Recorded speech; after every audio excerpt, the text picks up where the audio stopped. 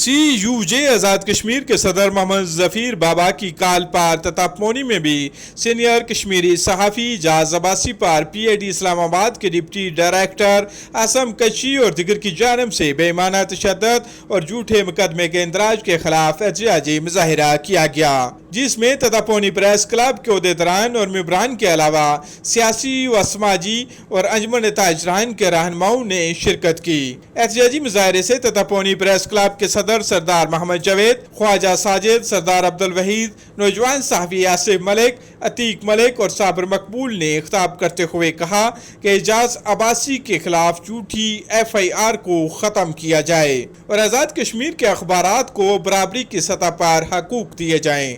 آزاد کشمیر کے سینئر صحافی اعجاز عباسی پر PID اسلام آباد میں کیا گیا تشدد قابل مذمت ہے۔ وزیر اعظم پاکستان عمران خان اور وزارت اطلاعات و نشریات نوٹس لے کر فوری انصاف فراہم کریں۔ جب تک اعجاز عباسی کو انصاف نہیں ملتا، احتجاجی سلسلہ جاری رہے گا۔ صابر مقبول، KH نیوز، تتاپونی، آزاد کشمیر۔